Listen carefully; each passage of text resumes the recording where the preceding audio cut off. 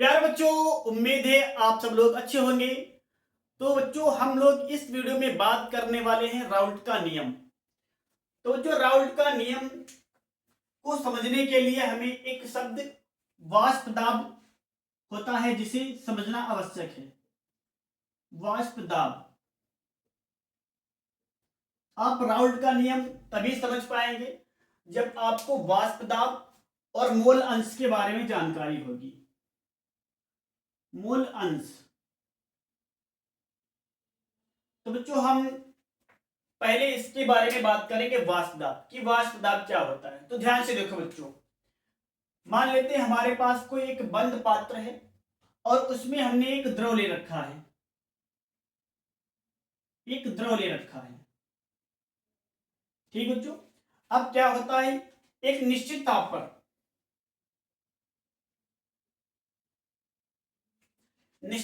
पर हमारे पास कुछ समय बाद जो द्रव है इसकी वाष्प बनती है।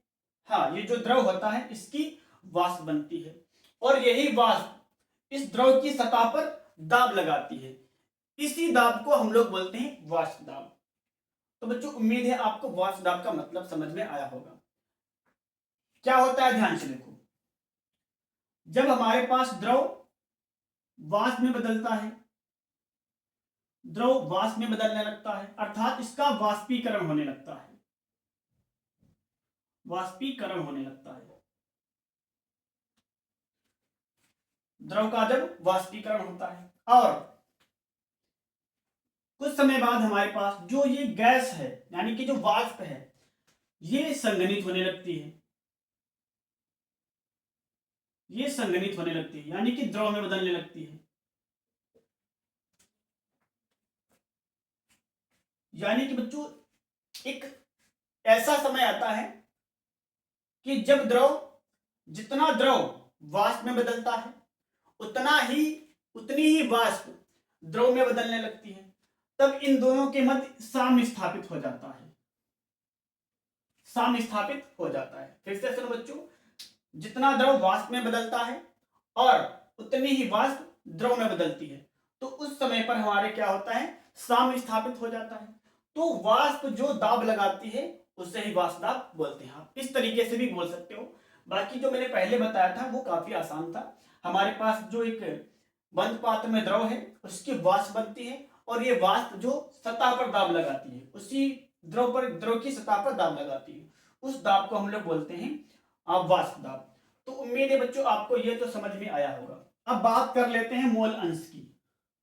तो बच्चों, मोल अंश को हमने इससे पहले वीडियो में बता रखा है, लेकिन फिर भी हम यहाँ कुछ सेकंड्स में बता रहे हैं मोल अंश क्या होता है।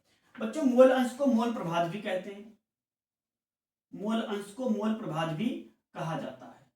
तो मोल अंश क्या होता है, ध्यान से सुनो बच्चों। जब हमारे पास कोई विलयन होता है, विलयन जानते हो क्या होता है, जब दो या दो से अधिक पदार्थ आपस में मिला जाते हैं तो उससे बने हमारे पास मिश्रण को विलयन कहते हैं। तो क्या होता है हमारे पास मोल प्रभाज। किसी भी अवयव का मोल प्रभाज होता है अवयव के मोल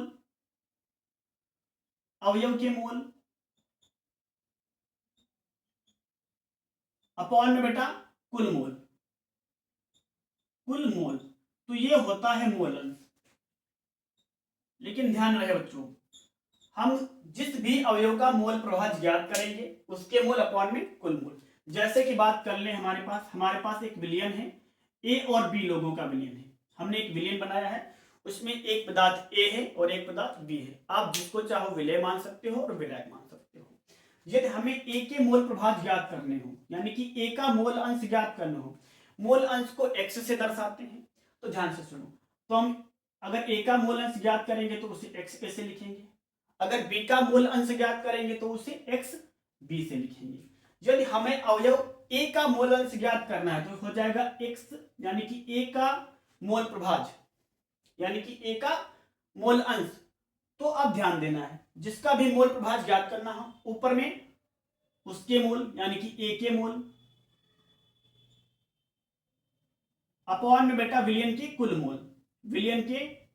मोल। इसी तरह अगर आपको बी के मोल प्रभाज ज्ञात करने हो, इधर होता है मोल प्रभाज। अगर आपको किसी का मोल प्रभाज ज्ञात करना हो तो ऊपर क्या होता है, जिसका मोल प्रभाज ज्ञात करना हो उसके मोल अपॉन में कुल मोल, अपॉन में बेटा कुल मोल। तो इस तरीके से आप मोल प्रभाज निकाल सकते हो। बाकी हमने इससे पहले मोल प्रभाज को समझा रखा है, आप वहां जाकर इसे जरूर देखिए। अब हम लोग बात करेंगे बच्चों राउल्ट का नियम क्या होता है, ध्यान से सुनो। इसको मिटा दे रहे हैं हम। तो बच्चों राउल्ट का नियम होता है निश्चित ताप पर किसी विलयन में उपस्थित, निश्चित ताप पर विलयन में उपस्थित किसी वाष्पशील अवयव का वाष्प दाब, आंशिक वाष्प दाब उस अवयव के मोल अंश के समानुपाती होता है। तो जो एक बात और, हमारे पास अवयव क्या होता है, अवयव होता है जैसे हमने ए बी और सी जितने भी विलयन के अंदर हमने घोल रखे हैं, तो अगर ए की बात करेंगे तो अवयव ए हो जाएगा, अगर बी की बात करेंगे तो अवयव बी होगा, अगर सी की बात करें तो अवयव सी होगा। तो इसके अंदर तीन अवयव हैं, ए बी और सी। अगर हमने दो लोगों का विलयन बनाया हो तो उसके अंदर दो अवयव होंगे, जैसे ए और बी। तो इन्हें हम लोग अलग अलग अगर बात कर लें तो इन्हें बोलते हैं अवयव, ठीक है बच्चों, या घटक बोल सकते हैं। तो अब बात सुनो राउल्ट के नियम की। अगर आपको ये नियम समझ में आया हो तो अच्छी बात, नहीं आया है तो कोई बात नहीं, इस कॉन्सेप्ट को समझ लो, उसके बाद ये परिभाषा आपको खुद से समझ में आ जाएगी। तो ध्यान से सुनो बच्चों, क्या होता है ध्यान से सुनो। हमारे पास एक विलयन होता है, एक विलयन नहीं एक द्रव बोलेंगे। विलयन का मतलब हो जाता है ऐसा विलयन जिसमें कम से कम दो लोग हों। अब हम यहां पर विलयन की बात नहीं करेंगे, एक हमारे पास केवल एक अकेला द्रव है, केवल द्रव, विलयन नहीं बेटा है, विलयन नहीं। एक हमारे पास द्रव है ए, एक द्रव है ए, वो भी शुद्ध द्रव। कैसा द्रव बच्चों, शुद्ध द्रव। शुद्ध का मतलब है उस द्रव में उसके अलावा और कोई भी नहीं मिला हुआ है। तो बात सुनो, हमारे पास निश्चित ताप है, ताप कैसा है, निश्चित है। तो हमने एक मान लिया है, शुद्ध द्रव है ए है, शुद्ध द्रव बच्चों कौन सा है, ए है। अब हमारे पास पात्र बंद है, तो कुछ समय बाद क्या होगा बच्चों, हमारे पास इस जो हमने द्रव को लिया है इसकी वाष्प दाब बनेगी, यानी कि इसकी वाष्प बनेगी, इसकी वाष्प बनेगी, और ये वाष्प अपनी सतह पर दाब लगाएगी, ये वाष्प अपनी सतह पर दाब लगाएगी। तो इस दाब, जो ये दाब लगाएगी, इस दाब को हम लोग बोलेंगे पी नॉट ए, पी नॉट ए। हाँ बच्चों, दाब को पी से दर्शाते हैं, दाब को प्रेशर बोलते हैं, इसलिए पी से दर्शाया जाता है। तो इसका मतलब है पी नॉट ए का वाष्प दाब, ए का वाष्प दाब। तो हमारे पास एक द्रव ए है, इसकी वाष्प बनेगी, तो ये हमारे पास वाष्प बनी, ये खुद की सतह पर दाब लगाएगी। तो ये दाब किसकी है, द्रव वाष्प हमारे पास इसी द्रव की है, तो हो जाएगा इसी की वाष्प दाब, यानी कि हमारे पास ए की वाष्प दाब। और जो मैं जीरो लगा रखा है इसका मतलब है शुद्ध, शुद्ध अवस्था में, शुद्ध अवस्था में, शुद्ध अवस्था में ए की वाष्प दाब या ए का वाष्प दाब, ए का वाष्प दाब। जो बच्चों हमारे पास पी नॉट है वो है शुद्ध अवस्था में ए का वाष्प दाब। अब दूसरा पात्र लेते हैं, दूसरा पात्र ये भी बंद है, इसमें हम द्रव लेंगे बी, इसमें द्रव क्या लेंगे हम लोग, इसमें द्रव हम लोग ले लेंगे बी। इसकी भी वाष्प बनेगी, क्योंकि हमारे पास द्रव है, बंद पात्र है, और कंडीशन क्या है, निश्चित ताप है हमारे पास। ताप कैसा है, निश्चित ताप है। तो हमारे पास इसकी भी क्या होगी, वाष्प बनेगी, और ये वाष्प भी शुद्ध द्रव है। बच्चों ध्यान रखो, जो हमारे पास पहले कंडीशन थी शुद्ध द्रव था, इस बार भी शुद्ध द्रव है। कैसा द्रव है बच्चों, शुद्ध द्रव। तो हमारे पास जो विलयन द्रव बी है, इसकी गैस बनेगी, इसकी वाष्प बनेगी, ये वाष्प अपनी सतह पर दाब लगाएगी, इस दाब को बोलेंगे दाब बी, और शुद्ध है तो बोल देंगे P naught B, P naught B, यानी कि शुद्ध अवस्था में बी का वाष्प दाब, शुद्ध अवस्था में, शुद्ध अवस्था में बी का वाष्प दाब, बी का वाष्प दाब। बच्चों आपको यहां तक उम्मीद है बात समझ में आई होगी। हमने एक द्रव ए ले लिया, शुद्ध द्रव, यानी कि उसमें और दूसरा हमने कोई द्रव नहीं मिलाया है, वो अकेले है, तो हमें मिला दिया तो हमारे पास उसकी वाष्प बनेगी, और ये वाष्प उस पर क्या लगाएगी, दाब लगाएगी। उस दाब को हम लोग बोलेंगे पी नॉट ए। नॉट क्यों लगाया है, क्योंकि हमारे पास ये शुद्ध वाष्प दाब है।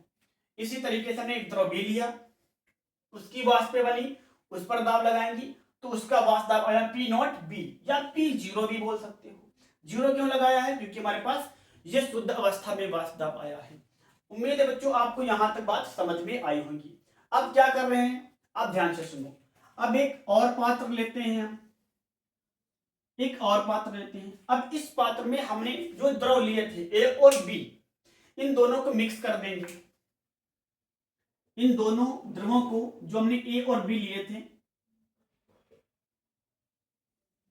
पात्र बच्चों बंद ही रहेंगे, दोनों द्रव ले लेंगे, ए द्रव और बी द्रव। कौन से द्रव लेंगे बच्चों, द्रव ए ले लेंगे और द्रव बी, दोनों को मिक्स कर देंगे। अब क्या होगा, हमारे पास दोनों द्रव क्या है, वाष्पशील हैं। दोनों द्रव्य कैसी हैं, वाष्पशील हैं, तो दोनों की वाष्प बनेगी। ए की भी वाष्प दाब, ए का भी वाष्प होगा और बी का भी वाष्प होगा।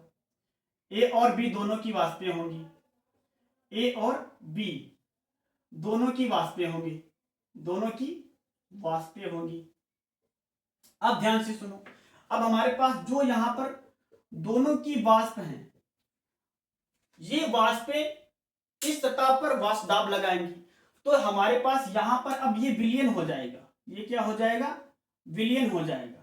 ये हो जाएगा अब विलयन, क्योंकि यहां पर सिंगल थी तो हमारे पास नॉर्मल तरीके से ए का वाष्प दाब और बी का वाष्प दाब। यहां पर जो आएगा ए और बी का कुल वाष्प दाब आएगा, क्योंकि हमारे पास ए की भी वाष्प है और बी की भी वाष्प है, तो दोनों वाष्प आपस में, दोनों वाष्प मिलकर इस सतह पर क्या लगाएंगी, दाब लगाएंगी।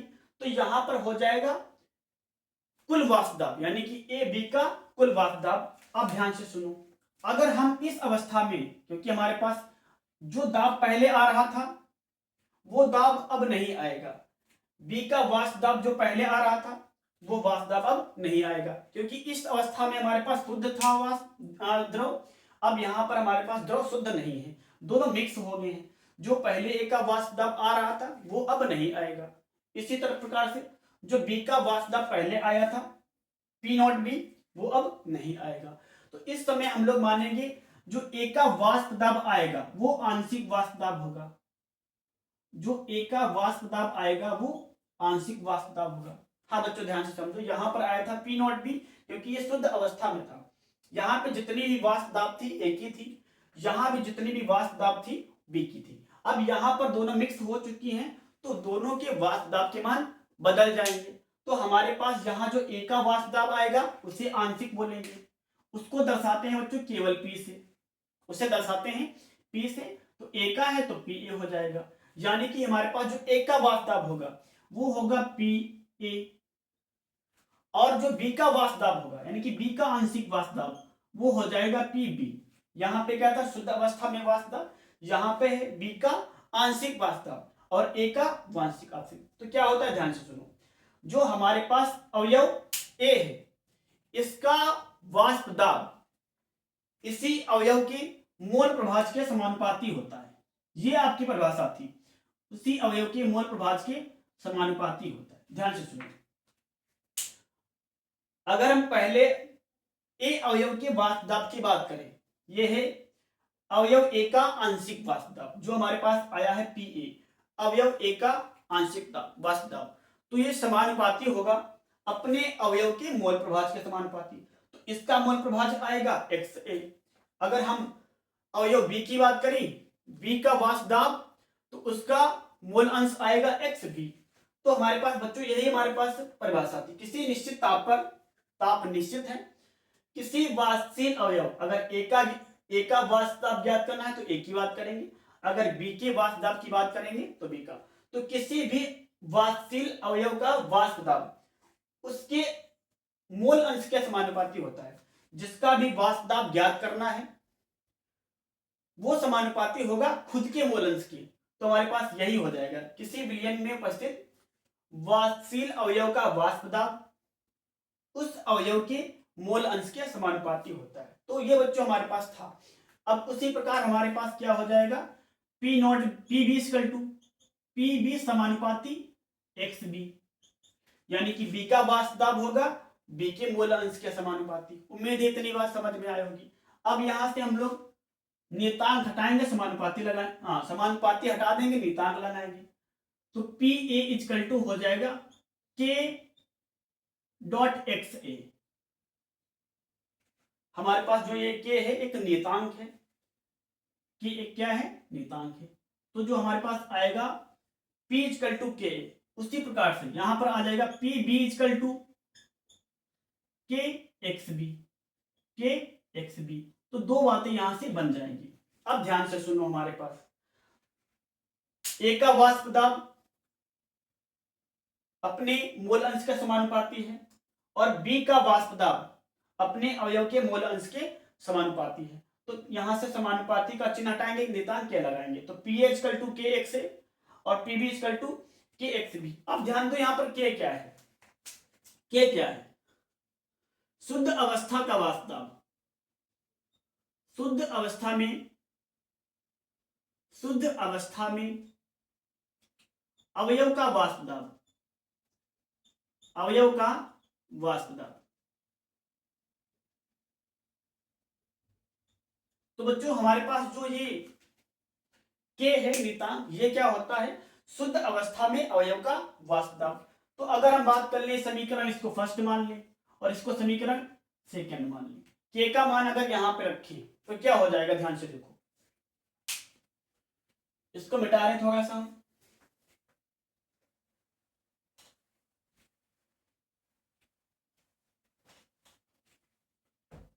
तो बच्चों पी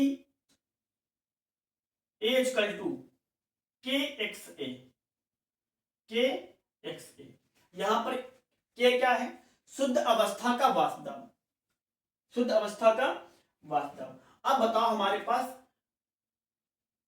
ए का, यानी कि जो हमारे पास अवयव ए है उसका शुद्ध अवस्था में वाष्प दाब कितना आया था, तो आया था P0 ए, यानी कि यहां पर K इक्वल टू कितना होगा, P0 ए, क्योंकि शुद्ध अवस्था में अवयव ए का वाष्प दाब कितना आया था, P0 ए।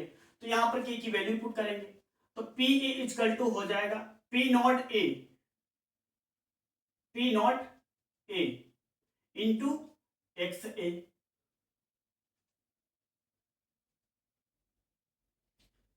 ठीक है बच्चों, उसी प्रकार समझेंगे हम लोग यहां पर।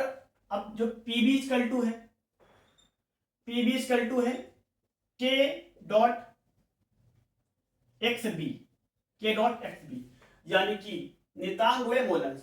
यहां पर हमारे पास इस वाले का के क्या है, जो हमारे पास पी ए में के था वो था शुद्ध अवस्था में ए का वाष्प दाब, और यहां पर जो के है वो होगा शुद्ध अवस्था में बी का वाष्प दाब, शुद्ध अवस्था में अवयव बी का वाष्प दाब। अब ध्यान से देखो, हमारे पास शुद्ध अवस्था में अवयव बी का वाष्प दाब क्या आया था, पी नॉट बी। तो यहां से वैल्यू रख देंगे P B equal to P naught B dot X B. तो ये फार्मूला बन के आ जाता है, मतलब दो फार्मूले बन जाते हैं। ये शुद्ध जो हमारे पास के है, के क्या है, शुद्ध अवस्था में अवयव का वाष्प दाब। अगर एक ही बात करेंगे तो पी नॉट ए, उसी प्रकार यहां पर के क्या है, शुद्ध अवस्था में बी का वाष्प दाब, तो शुद्ध अवस्था में बी कितना है, पी नॉट बी। अब बच्चों अगर बात करें विलयन का कुल वाष्प दाब, विलयन का कुल वाष्प दाब, तो ध्यान से देखो बच्चों, विलयन का कुल वाष्प दाब, विलयन का कुल वाष्प दाब,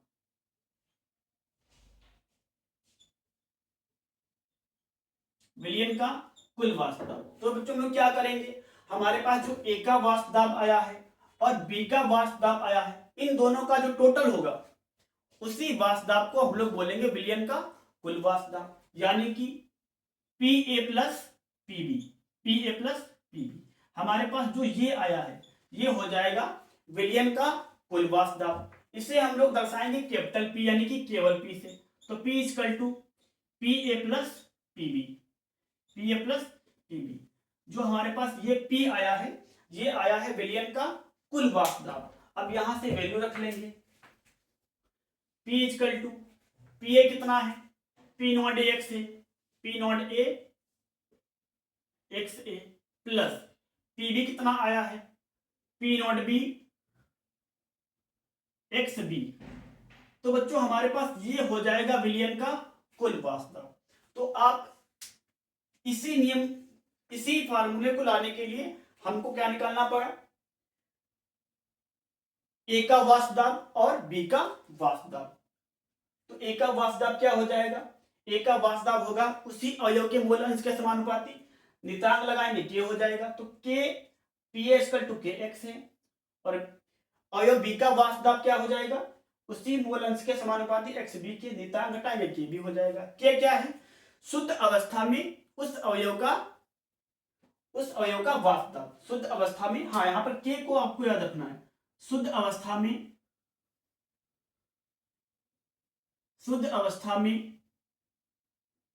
अवयव का वाष्प दाब।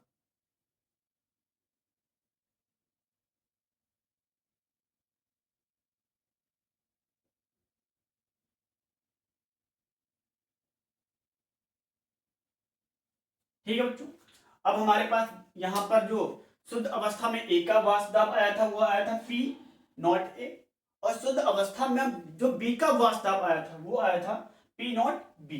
तो बच्चों हमारे पास ये विलयन का कुल वाष्प दाब आ गया है। तो बच्चों एक बात याद होनी, एक बात फिक्स है इस नियम में कि हमारे पास जो वाष्पशील अवयव का वाष्प दाब है मूल अंश के समानुपाती है।